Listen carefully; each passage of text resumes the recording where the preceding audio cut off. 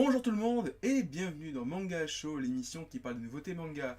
Et aujourd'hui, on parle de Gingayu Densetsu, ou appelé chez nous les héros de la galaxie.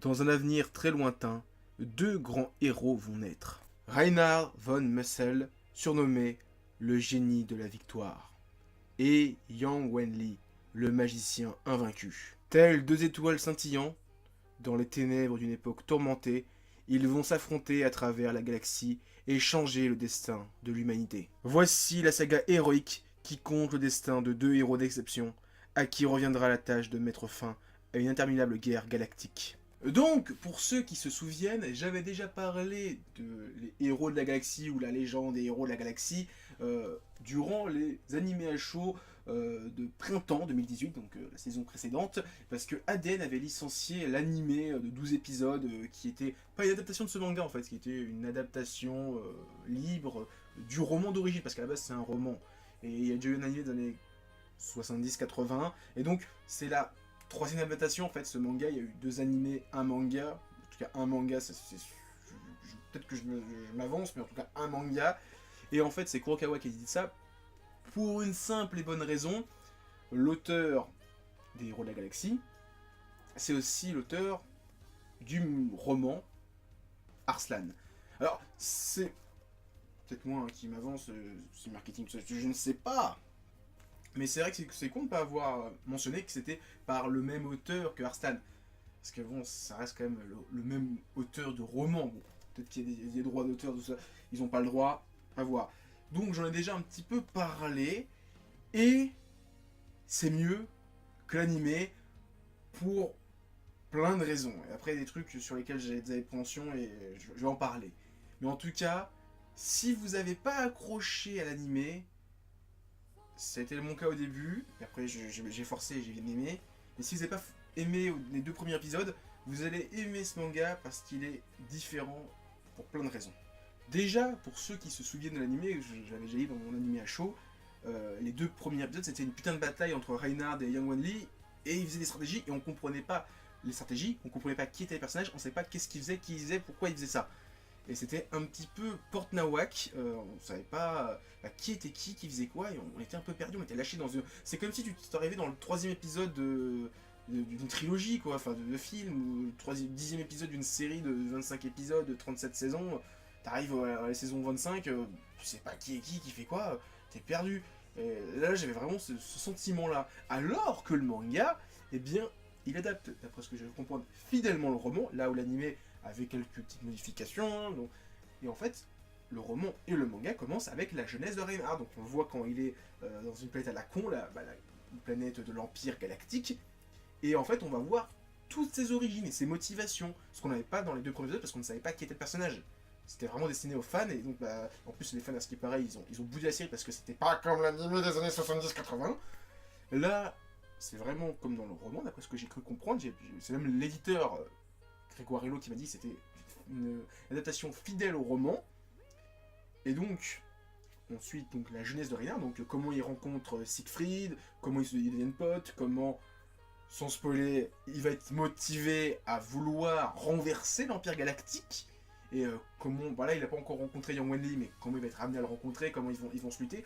Et là, vraiment, tout le premier tome, c'est limite la genèse de Reinhard, parce que le tome 1 se finit, il sort de l'académie, et il va faire sa première mission. Et c'est pas la mission, genre il va rencontrer Yang Wenli.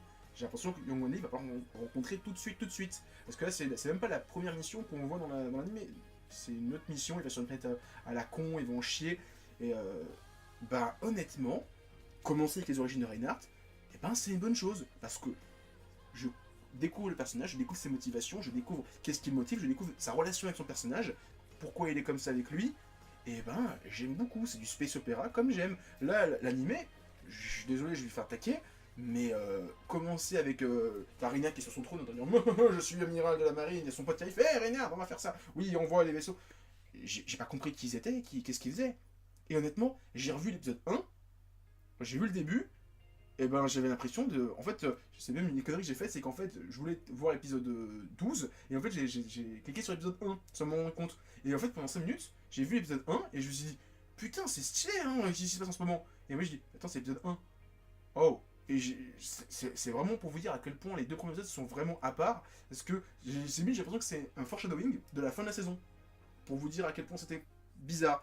Là, au moins, on va suivre de manière chronologique et fidèle au roman, et j'ai bien aimé. Alors après, on va parler du dessin juste après, mais non, niveau scénario, c'est très bien. Après, j'ai pas envie de trop rentrer dans les détails, parce que pour ceux qui n'ont pas encore lu le manga, il y a des plot twists pour le pourquoi du comment Reinhard il devient. Enfin, il veut faire ce qu'il veut faire. Si je vous le raconte, c'est pas. Enfin, non, c'est-à-dire, je vais pas dire que c'est pas un spoil, parce que bon, déjà, c'est pas vraiment résumé, donc ça peut être un spoil. Et pour ceux qui n'ont pas vu l'anime, ça va être un spoil. Mais voilà, on va découvrir ses motivations, qu'est-ce qui va l'amener à devenir un grand amiral de la marine. Je dis pas pourquoi, mais franchement, c'est une très bonne série de space opéra. Grégoire Hello, lors de la Japan Expo, avait dit qu'il en est beaucoup de cette série. J'avais rencontré les gens d'ADN durant la Japan Expo, ils disaient que ça avait été un four. J'espère que le manga va mieux marcher, parce que, comme j'ai dit, il y a une interprétation de la série différente. Là, c'est très fidèle, donc on va suivre de manière chronologique la série. Donc l'évolution de Reynard, là où l'animé il partait un peu en couille au début, c'est bizarre. Mais là, j'ai surkiffé le tome 1, alors que pourtant j'avais des appréhensions au niveau du dessin. Donc on va parler maintenant du dessin. Alors l'appréhension que j'avais au niveau du dessin, c'était qu'en fait, un tout petit peu après l'annonce des héros de la galaxie, Kurokawa est sorti sur leur site la première moitié du chapitre 1. Et c'est vrai que graphiquement, alors en plus on était dans la jeunesse de Reinhardt, il était encore enfant, et il faisait très shoujo. Il descendait ses très grands yeux, en plus il avait un petit sourire malicieux, genre hihihi Candy. Ça faisait un peu bizarre, je dis wow. Moi j'avais l'image du Reinhardt de l'animé là, qui est sorti sur ADN. L'homme, le mal alpha, quoi, tu sais, un petit peu le louche, quoi, le lac Legami, là, le mal alpha, c'est sérieux, le mec qui te parle, tu l'écoutes, tu fais respect, quoi, c'est l'amiral, tu te couches, pas dans son lit, j'en parlerai aussi ça après. Là, je dirais qu'il faisait un peu plus shoujo, un peu plus yaoi, entre guillemets, ça j'en parlerai aussi un petit peu du yaoi. Mais après, quand il devient adolescent, ça passe un peu mieux. Et j'aime beaucoup ses yeux, enfin la façon de faire les yeux qui sont un peu en une sorte d'étoile, ça fait plein de petits traits comme ça, ça fait des étoiles. C'est vraiment stylé. Les décors sont beaux. Alors les scènes de bataille, il y en a une au tout début, on sent la 3D, on sent qu'ils ont des modèles 3D. Ça fait un peu bizarre. Ça fait un peu bizarre, mais après, la déco est géniale. Même si des fois, ça fait un peu what the fuck. Mais bon, ça reste du space opéra, parce que par exemple, il y a un truc qui est complètement débile, c'est on est dans le futur, on est en l'an 3000, genre 1500 ans dans le futur par rapport à notre époque. On est en 3000 et quelques après Jésus-Christ. Ils ont des planètes, ils ont colonisé des planètes, genre il y a un putain d'empire galactique contre une putain d'alliance galactique, genre c'est genre l'ONU chinois contre l'empire Adolf Hitler, quoi, l'Adolf Hitler du futur. Et putain, les Allemands, enfin l'empire galactique, les Allemands, leur empereur, il vit dans un château. Genre un château médiéval, enfin un château château de Versailles. En 3000. Et c'est débile, mais c'est du space opéra. Et donc le space opéra, c'est un peu... Voilà, c'est... Pour faire simple, comme c'est du space opéra, on peut faire du tout et n'importe quoi, c'est débile, on s'en fout en fait que ça soit logique, voilà, que architecturalement parlant, ça soit logique.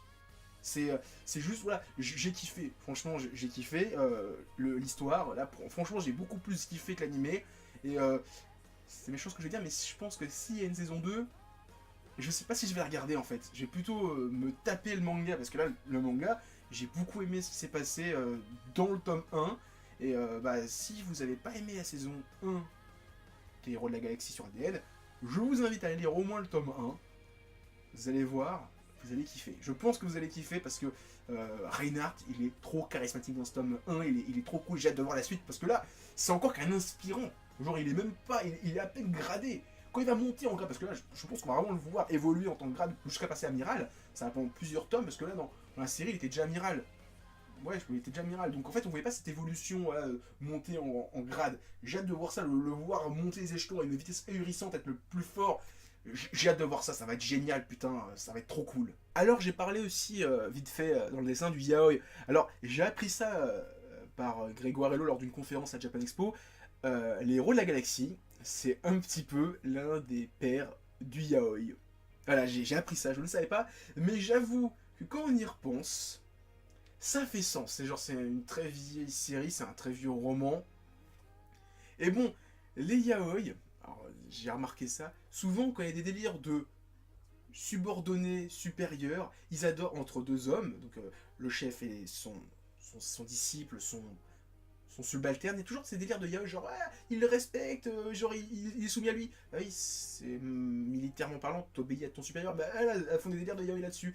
Et donc bah je pense qu'il y a des délires là-dessus, en plus il y a un rival, alors en plus l'anime des années 80, 70-80, c'était quand même des putains de bichonen bien stylés, bien classe, ça a peut-être aidé aussi un petit peu au délire, mais ça m'étonne pas et je comprends aussi un petit peu le délire du dessin, parce que c'est sûrement des mecs qui ont grandi avec animé, peut-être des fans de yaoi aussi, donc les rendre très beaux, très bouclés, très mignons, très chauds dans le dessin, ça peut faire sens, ça peut faire bizarre pour des gens, mais moi je pense que ça fait sens, parce que je pense que les auteurs sont fans de la série des années 70-80, donc ils essaient de rendre hommage aussi peut-être un petit peu à ça, peut-être attirer le public yaoi, parce que de toute façon bah, il y aura un public yaoi, donc forcément, peut-être, hein, peut-être que je dis une connerie, mais en tout cas, ouais, après bon, comme j'ai dit, le délire space opéra, faut rentrer dedans, faut aimer le genre, parce que voilà, si t'aimes pas les délires, genre il y a un putain d'empereur galactique qui vit dans un château fort moyenâgeux, style Renaissance, il a une putain d'armée, ils ont des épées, c'est débile, genre ils ont des épées, les mecs ils ont des vaisseaux spatiaux, ils vivent à la campagne, genre Reinhardt, il vit dans une putain de maison à la style Shinki no Kyojin. Ils ont des empires galactiques, leur planète, les maisons, c'est des maisons de campagnards à la Shingeki no Kyojin. C'est débile. Tu dis pourquoi ils ont pas des buildings, des trucs comme ça, non. Ils vivent à la campagne, dans l'espace. Enfin, c'est débile, mais faut aimer le délire space opéra, je pense. Et si vous aimez pas le style, le délire space opéra, les délires à la Cobra, à la Star Wars, parce que Star Wars c'est pareil. Quand tu regardes bien, les mecs, il y a des planètes, j'ai des gigalopoles gigantesques, hyper modernes, et derrière tu vas sur Tatooine. Non, comment ça s'appelle la planète de Amidala? C'est la campagne, la cambrousse. Les mecs, ils vivent dans des petits palais, ils ont des lacs, des trucs comme ça, ils ont des champs. Bah, c'est pareil, si vous aimez ces délires-là, je pense que vous allez aimer les héros de la galaxie, parce que moi, je suis rentré dans le délire, plus dans le manga que l'animé, ça fait 10 fois que je le répète, mais si vous n'avez pas aimé le manga, enfin, si vous n'avez pas aimé l'animé, lisez le manga. Le manga, il est trop bien. J'ai hâte de lire la suite et j'ai hâte que le tome 2 sort en septembre. J'ai hâte.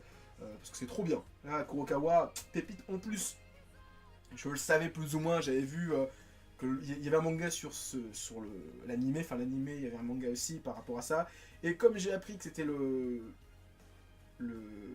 même scénariste, enfin le même auteur d'origine que Arsène, je me dis, putain, si Kurokawa, ils ont pas les deux œuvres manga du même auteur, ça serait triste. Ils ont Arslan. Putain, vous imaginez le coup de marketing, genre, ils ont les deux œuvres de, donc c'est, j'ai plus le nom de l'auteur, désolé, je sais même pas si c'est marqué, j'ai un doute, j'ai pas dire de conneries, mais voilà.